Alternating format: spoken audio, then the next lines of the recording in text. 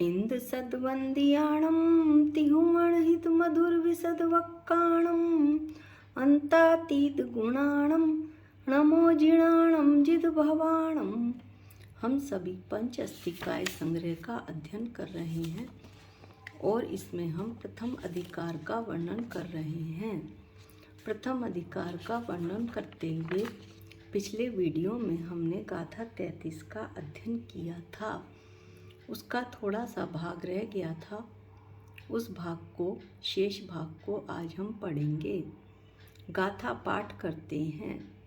जह पऊ मराए रेणम खित्तम खीरे पभासयदि खीरम तहा देही देहत्तो सधे मित्तम पभासयदि। क्या कहना चाहते हैं कुंदकुंदाचार्य कि जिस प्रकार पद्मराग एक रत्न होता है जिसे दूध में डाले जाने पर वह दूध को अपने प्रभा समूह से प्रकाशित कर देता है, उसी प्रकार देह में रहने वाला मैं जीव देह में रहता हुआ अपने शरीर के बराबर प्रमाण यानी नाप से प्रकाशित होता है। यह जीव अपने शरीर के बराबर प्रमाण यानी नाप से उस शरीर में प्रकाशित होता है।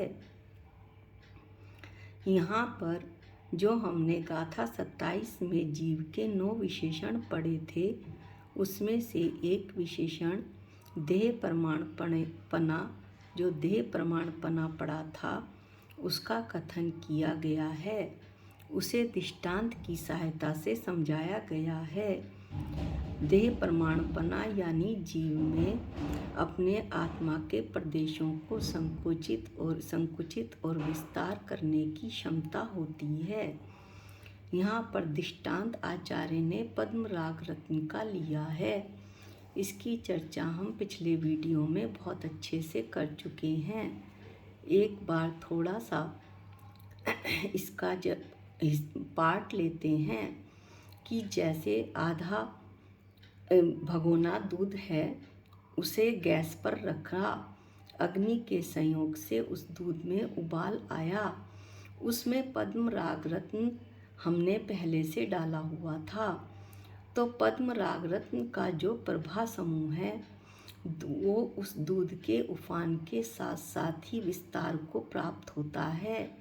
दूध जो है आधे भगोने से पूरे भगोने तक उसमें उबाल आ गया ऊपर तक, तो प्रभा समूह भी ऊपर तक फैल जाता है।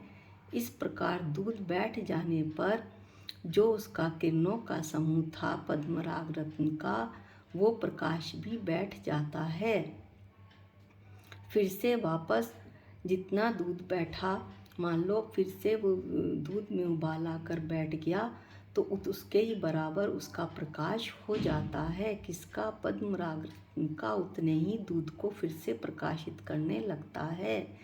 इस प्रकार पहले वो विस्तार को प्राप्त हुआ जब उफान आया और दूध के बैठ जाने पर वो सिकुड़ गया, उसकी जो किरणें थी वे सिकुड़ गईं।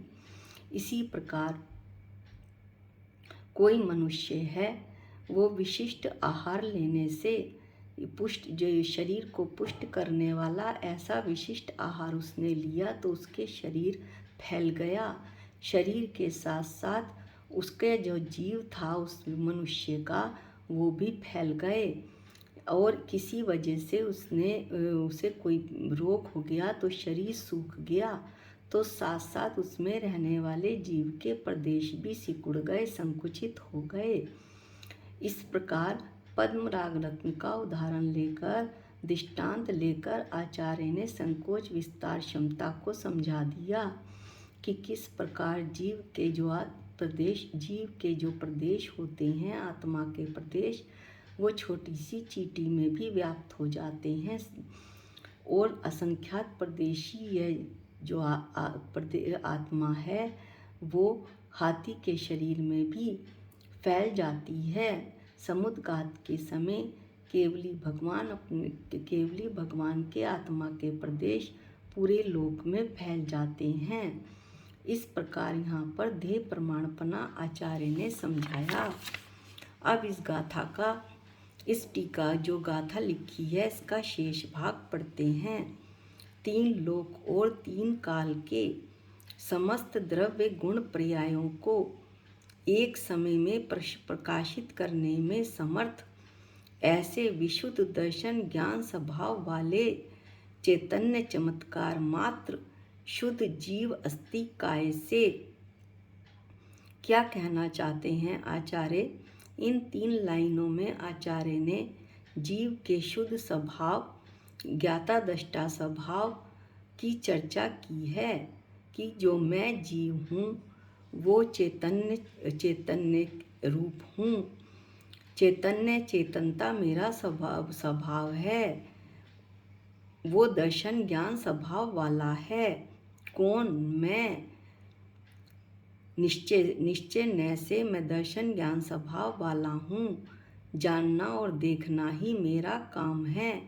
अब आचार्य ने यहाँ विशुद्ध दर्शन ज्ञान स्वभाव कहा और ये भी कहा कि ऐसा जो जीव है शुद्ध जीव अस्थि काय वो क्या क्या प्रकाशित करने में समर्थ है। विशुद्ध दर्शन ज्ञान स्वभाव वाला यानी केवली भगवान को कहते हैं शुद्ध जीव अस्थि काय को, जिन्होंने अपना शुद्ध स्वभाव प्रकट कर लिया है अपने पुरुषार्थ के द्वारा कि ज्ञानावर्णी कर्म और दर्शनावर्णी कर्म का क्षय होने पर उनमें अनंत दर्शन और अनंत ज्ञान स्वभाव प्रकट हो गया है। जैसा स्वभाव मेरा है वास्तव में ऐसा जो चैतन्य चमत्कार है, चेतनता मेरा गुण है और उसकी पर्याय हैं दर्शन और ज्ञान, जानना और देखना। गुणों के कार्य को पर्याय कहते हैं। चेतनता गुण है और उसका कार्य है जानना और देखना। जो 6 द्रव्यों में से केवल मेरे पास ऐसी शक्ति है कि मैं जानता और देखता हूँ। इस तरह शुद्ध जीव अस्थि काय जो केवली भगवान हैं वो अपने अनंत दर्शन और अनंत ज्ञान के बल पर क्या करते हैं? 3 लोक और 3 काल के समस्त द्रव्य गुण पर्यायों को एक समय में प्रकाशित करने में समर्थ होते हैं। एक समय में वो जान सकते हैं, देख सकते हैं। किसको? 3 लोक और 3 काल के समस्त द्रव्य गुण और पर्यायों को। अब आगे कहते हैं कि ऐसे शुद्ध जीव अस्थि काय से विलक्षण मिथ्यात्व राग आदि विकल्पों द्वारा उपार्जित जो शरीर नाम कर्म उससे जनित अर्थात उस शरीर नाम कर्म का उदय जिसमें निमित्त है, ऐसे क्या बताना चाहते हैं आचार्य कि शुद्ध जीव अस्थि काय से विपरीत मिथ्यात्व राग आदि मिथ्यात्व राग कषाय मिथ्यात्व यानी विपरीत श्रद्धान मैं शरीर हूँ और राग पर द्रव्यों में पर वस्तुओं में सुख मिलना और कषाय आत्मा के विकारी परिणाम आत्मा की विकारी परिणति मिथ्यात्व तथा क्रोध मान माया लोभ रूप आत्मा की अशुद्ध परिणति। इस विकारी परिणति के द्वारा इन विकारी विकल्पों के द्वारा उपार्जित जो शरीर नाम कर्म है, उपार्जित किसने किया? मैंने, मुझ जीव ने ऐसे शरीर नाम कर्म को अपने साथ बांधा, उसका उपार्जन किया, उसे प्राप्त किया। उससे जनित उस शरीर नाम कर्म से जो उत्पन्न हुआ कौन? मेरा शरीर जो मुझे हर भव में मिल रहा है और मैं संसार चक्र में उस शरीर के साथ लगा घूम रहा हूँ। इस शरीर को प्राप्त करने के लिए शरीर नाम कर्म का उदय इसमें निमित्त है। ये शरीर नाम कर्म मैंने अपने विकारी परिणामों से स्वयं बांधा है। जब उसमें उसका उदय होता है तो मुझे हर एक भव में एक नया शरीर मिलता है। इस तरह से आगे टीका पढ़ते हैं कि शरीर नाम कर्म से उत्पन्न संकोच विस्तार के अधीन रूप से जीव सर्वोत्कृष्ट अवगाह रूप से परिणमित होता हुआ सहस्त्र योजन प्रमाण महामत्स्य के शरीर में व्याप्त होता है। क्या कहना चाहते हैं अमृतचंद आचार्य कि जो शरीर मैंने शरीर नामकरण के उद्देश्य के निमित्त से मुझे मिला, मैंने प्राप्त किया, उसमें संकोच विस्तार की क्षमता होती है। उस क्षमता के अधीन यह जीव सर्वोत्कृष्ट अवगाहना यानी सबसे बड़ा जो आकार है, किसका आकार है सबसे बड़ा? 1000 योजन प्रमाण महामत्स्य का शरीर, उसमें ये जीव परिणमित हो जाता है। अर्थात उस शरीर में इस आत्मा के प्रदेश फैल जाते हैं। यहाँ ये बतलाना चाहते हैं कि आत्मा के प्रदेश किस तरह फैलते हैं कि 1000 योजन प्रमाण महामत्स्य के शरीर में भी आत्मा के प्रदेश फैल जाते हैं। अब आगे सुने। जगन्य अवगाह रूप से परिणमित होता हुआ कौन? मैं जीव उत्सेद घना अंगुल के असंख्य भाग जितने